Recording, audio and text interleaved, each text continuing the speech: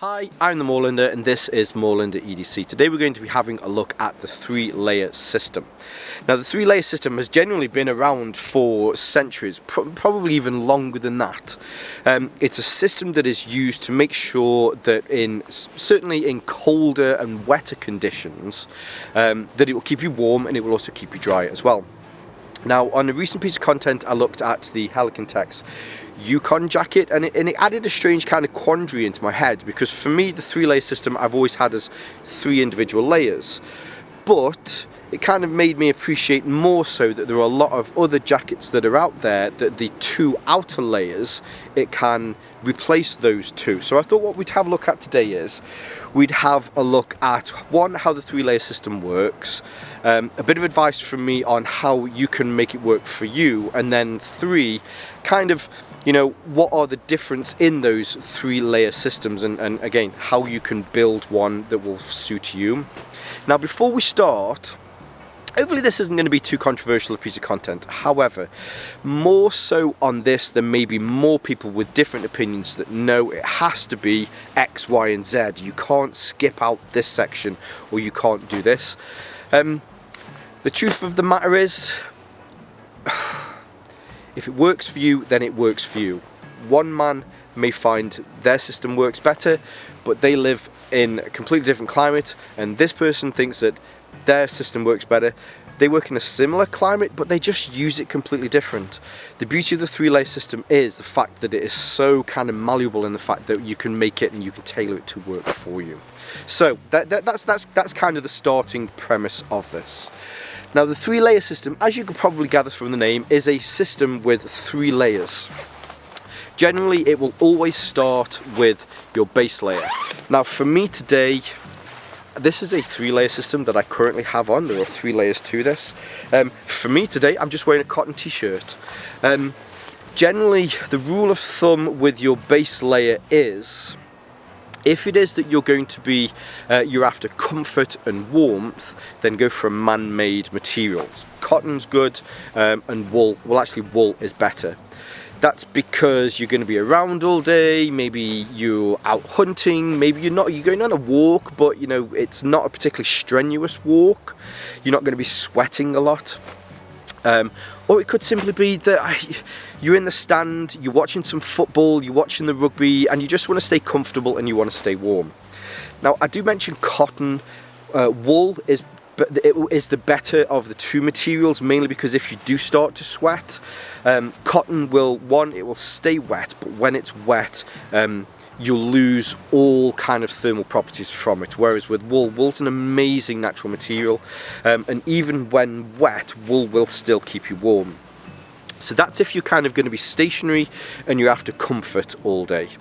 If it is that you're not going to be stationary and there's a chance that you're going to be, you're going to be doing active stuff, you're going to be sweating a little bit more, then you want to look at man-made fibers.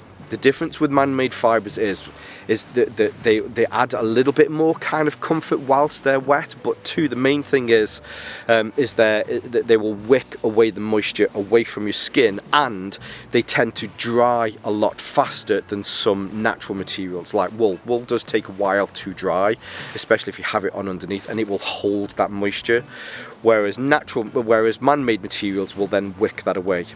So if you want to stay dry, or at least if it's comfort and warmth, go with natural materials. If you're going to be doing energetic stuff and you might be sweating, go with man-made materials. Now there is a grey zone in between there over the last 10 years or so. Things like merino wool and mixes of man-made materials have been the advancements in those materials has got a lot better. So if you can pick something like that up, then you know it has the best of both worlds. But you might find it's one of those jack of all trades, master of nones, and it works for both, but it's not as kind of comfortable when you just stood around. But you know, whatever works for you. You probably find you will definitely hear me today saying whatever works for you, because it's the most important bit of this. Just because you do it this way, that's because it works for you. It doesn't work for somebody else, but that doesn't matter. They're using it something completely differently. Now, when it comes to your base layer, what I will say is again, it doesn't matter how much that base layer costs. I've tried lots and lots of different base layers. I've tried super expensive merino wool, I've tried cheapo merino wool from like Mountain Warehouse. I've had really nice man-made base layers from Rab, from Montaigne, and they've been great. But then I've also gone to Go Outdoors and bought a base layer for, I don't know, £5, and it's worked just as well.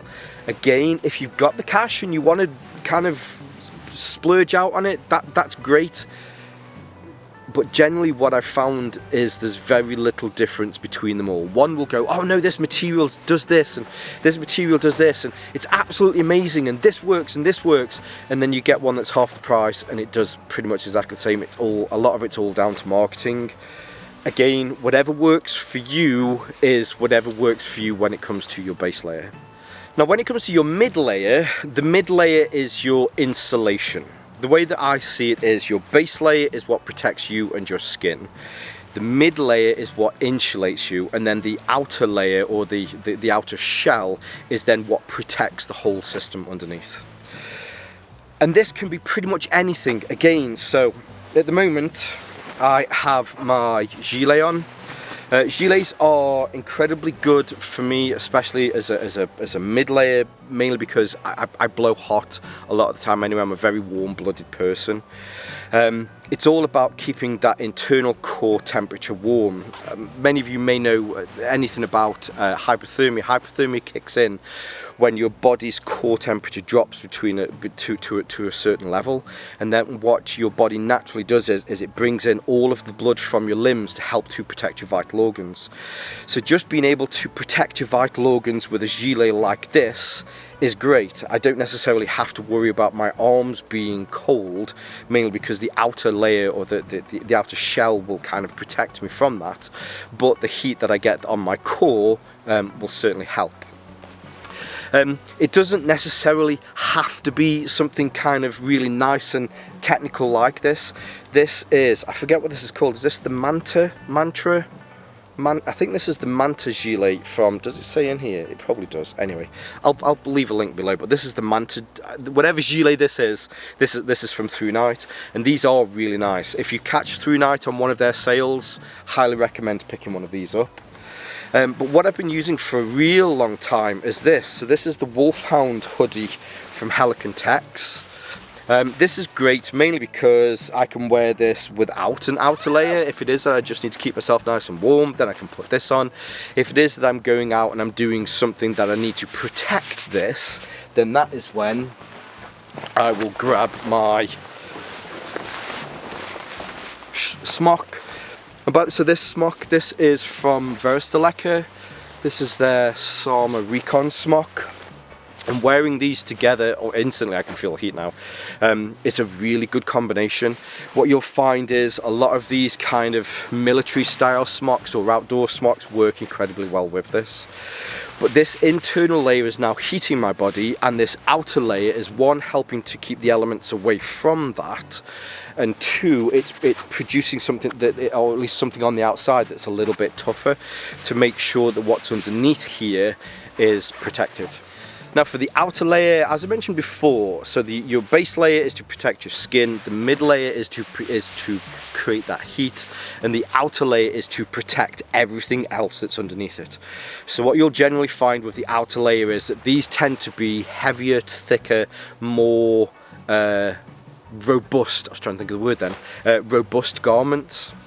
They don't always have to be something soft like this.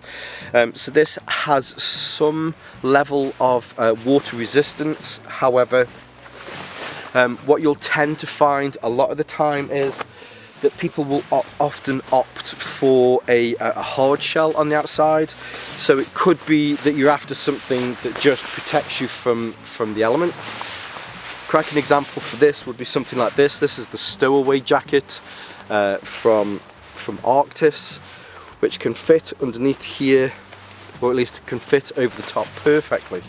So again, so that mid layer is keeping me nice and warm, and this jacket, or at least this shirt here, because this has one, it will protect me from the rain, it will also protect me from really kind of hard biting cold winds. It just means that the insulation layer now doesn't have to battle those outer elements and can continue to heat my body rather than having to worry about anything else. Plus, if I'm out bushwhacking, because these materials tend to be a harder, more robust material, if it is that I'm catching myself on, there's a lot of holly here. There's also a lot of what's it called? The long ones that get caught on your leg. There's all that shit here. I need to get it out. Anyway, it just protects the inner layer, or the mid layer, from that. Now, one of the advantages of a 3-layer system like this, and this is the quintessential 3-layer system. So I have the base layer, the mid layer, and I have the outer layer, and these are all 3 separate items. One of the advantages of having them all as completely different components is the fact that I can, dependent on the temperature, then I can kind of mix and match some of these. At the moment, I've got my gilet back on, but if it is that the temperature's dropped that extra little bit more, then I can put my Helican Tex Wolfhound hoodie on there, keep my arms a little bit warmer, and just insulate my body that extra little bit more. If it is that you know, I've done a lot of walking and I am actually really quite warm, then I could probably take my outer layer off, or I could take my inner layer off, because just the natural heat of my body, the outer shell, is doing a very good job of keeping the elements away from me. So I can then kind of manage my heat with these 3 different layers. The main point of this one is to keep protected, but especially when you're out in the real cold, is not to sweat. Sweating profusely whilst out and it is very cold is incredibly dangerous. It brings on certain conditions which, you know, they're hard to get out of, especially if your clothes underneath are now kind of really wet. So yeah, that's important. Now, one of the downsides of a 3-layer system like this is you've now got several pieces of equipment that you potentially might need to look after or replace. So the cost of having a traditional 3-layer system, because as you've seen here, so I had a waterproof outer layer, I've got this outer layer, I've got a gilet in case I'm not too, or it's not too cold, but then I've also got a larger, longer one, so that's potentially 6 pieces of, well, I suppose that's 4 pieces, but then I've got a few different extra t-shirts and stuff that I want to have underneath here. That's more kit potentially that you're going to have to take with you, and then more kit that you're potentially going to have to maintain, to wash, and yeah, it has its advantages and disadvantages. Now, that's where something like the Hunter jacket from Arctis comes in. So when you go for that traditional 3-layer system, there's also an element of compatibility between them as well. What the Hunter jacket does is this is what's called as a 3-in-1 jacket. That's not because you get 3 jackets, but there's 2 different elements to this. So very similar to like your M65 jackets, which are really good as well. That's another awesome jacket if you're wanting to build kind of a pretty much indestructible 3-layer system. But what the Hunter jacket does is, so the Hunter jacket has its own insulation jacket within here, which, strictly speaking, is just one. So you could take the outer layer off this and you could just wear this quilted, oh, it's not quilted, but it's nice and warm, and there's even pockets on here as well. So you could just wear this. It has this really tough outer layer as well, and if you wanted to, you could take the insulation layer out of here, and then you could wear just this by itself, which would be the second jacket. Or if you wanted to, then you could combine the 2 of these, and you can wear this as one single jacket. I'm going to zip this up, and as soon as I zip this up, it's going to get incredibly hot, because I will say, I haven't made any content on this. I'm still working on it, but this is one of the warmest systems that I've ever used. I think if you're into hunting and you spend a lot of time just kind of sitting around waiting for things to kind of come close to you, you're going to be incredibly warm in something like this.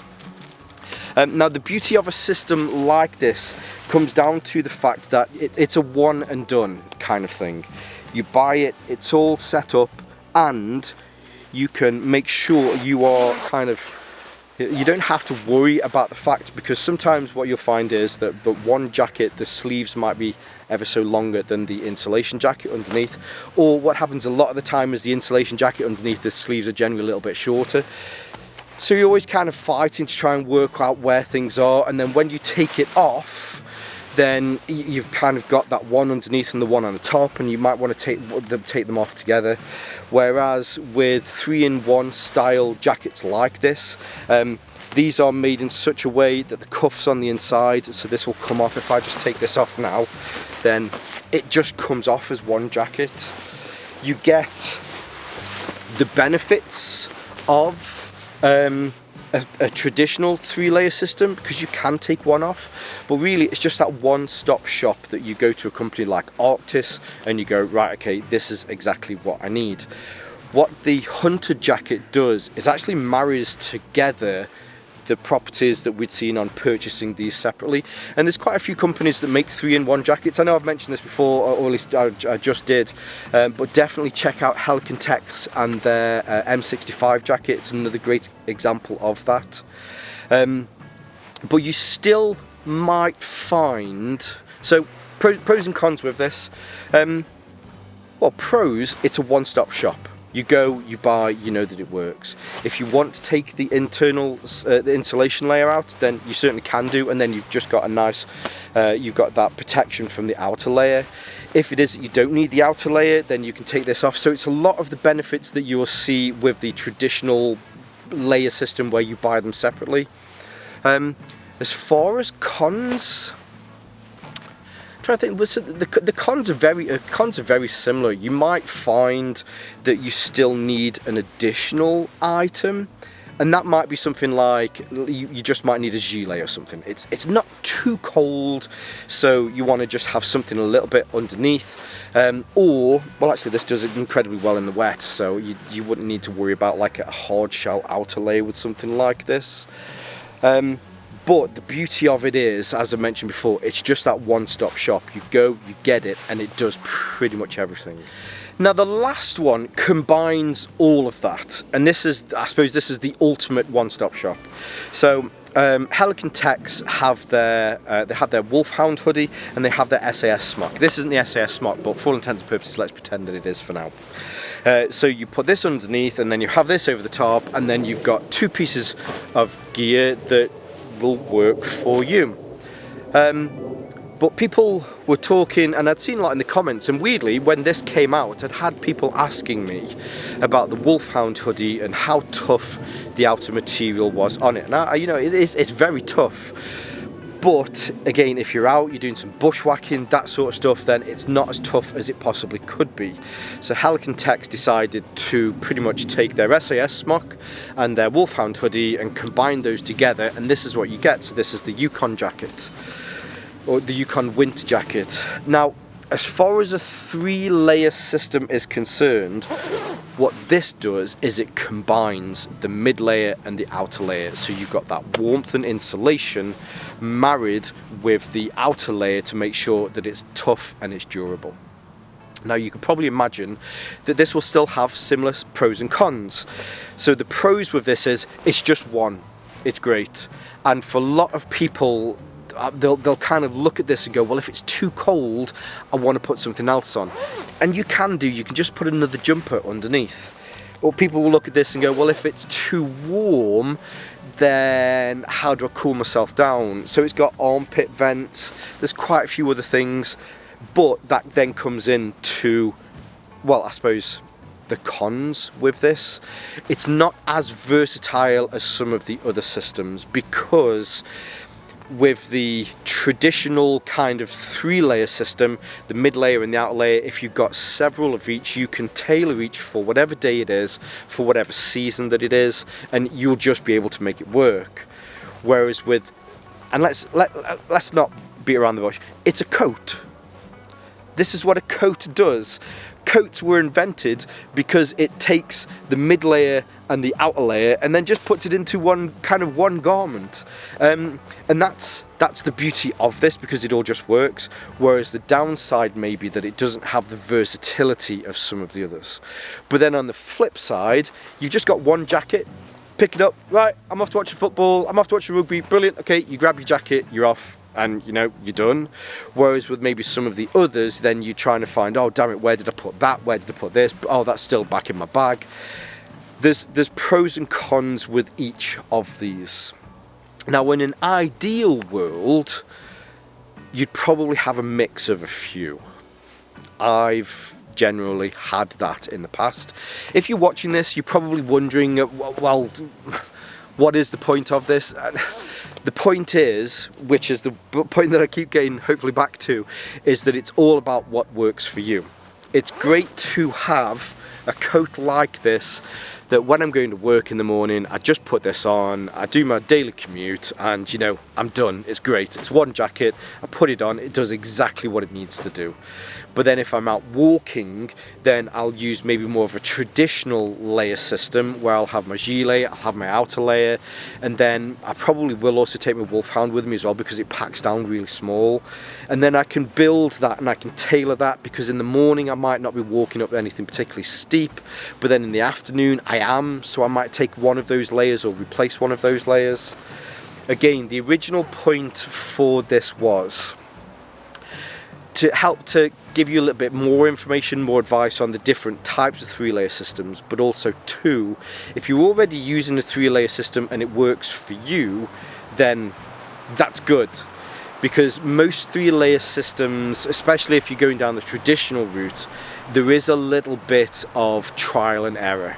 You'll get something, you put it underneath something, you'll go out and you're like, wow, that was way too hot. You get back to your car after a good day's walking and you're just absolutely sodden underneath because you've sweated way too much. And that's why there is a little bit of toing and froing, and sometimes you might need to take out a few pieces of gear with you to test certain things, which I'd always recommend doing before doing a big walk or doing a big camp anyway. It's always good to have kind of a little test one in an environment that you know you can control a little bit better. So yeah, so there you go. 3-layer systems. Now, as I mentioned, there might be a little bit of controversy in this one. Some people are like, no, this is the one that works, this one's rubbish, that one's good, this one's whatever. Let's hear it. So what's your 3-layer system? Do you always have like a specific one? If it's really biting winter, or Corinthia this, and it's got to be Arc'teryx that, or are you a, well, in fairness, I bought this from Go Outdoors and I bought this from Millets and I've had it for 20 years and it works really well. Whatever the American, Canadian, French, German, whatever version of that would be, let's hear in the comments, and yeah, let's talk about that a little bit more. Cool. Some of these products I have already made some content on. Some of them I will be making some content and they will come out soon. So I'll leave some links at the end and I'll leave some links in the description below. Some of these I purchased myself, some of these were sent to me. So for the ones that were sent to me, then I'll leave links for those below as well, so you can see where you can pick those up as well. And yeah, so there you go, 3-layer systems, why it's worked for quite literally centuries and why it will continue to work for centuries to come as well. Cool, there you go. So let's hear in the comments below. I'll leave those links below as well. I'll leave some of my social media links for me here on Moorlander EDC and my sister channel Moorlander Tactical, where I look at more kind of everyday tactical stuff. And whether you're watching this on YouTube or Rumble, as always, stay safe, stay Moorlander and stay EDC. Let's just double check. Got a bit of a cold today, folks, so obviously you'll see me apologising in the bloopers if you've watched the bloopers, so apologies for any coughing and lurginess. Hi, I'm the Moorlander and this is Moorlander EDC. Now a few weeks back I made some content on components that do a similar action, and from us today we're going to have a piece of content. Of course we're going to have a piece of content. You frickin' frick. Come on, Moorlander. Is an incredibly useful and versatile system. The controversy may come around how you use it. Now, what the fuck do I want to say? For items, whereas the Yukon winter jacket combines those items. So what I thought we'd do today is we'd have a look at get fucked, you fucking fuckface, twatting, wanking, fuck shit, dick, cunt, bastard. Sorry about that. For quite literally centuries, probably even longer than that, it's a system based to... No. Hi, you can see, so here is my outer layer, and the outer layer can be anything.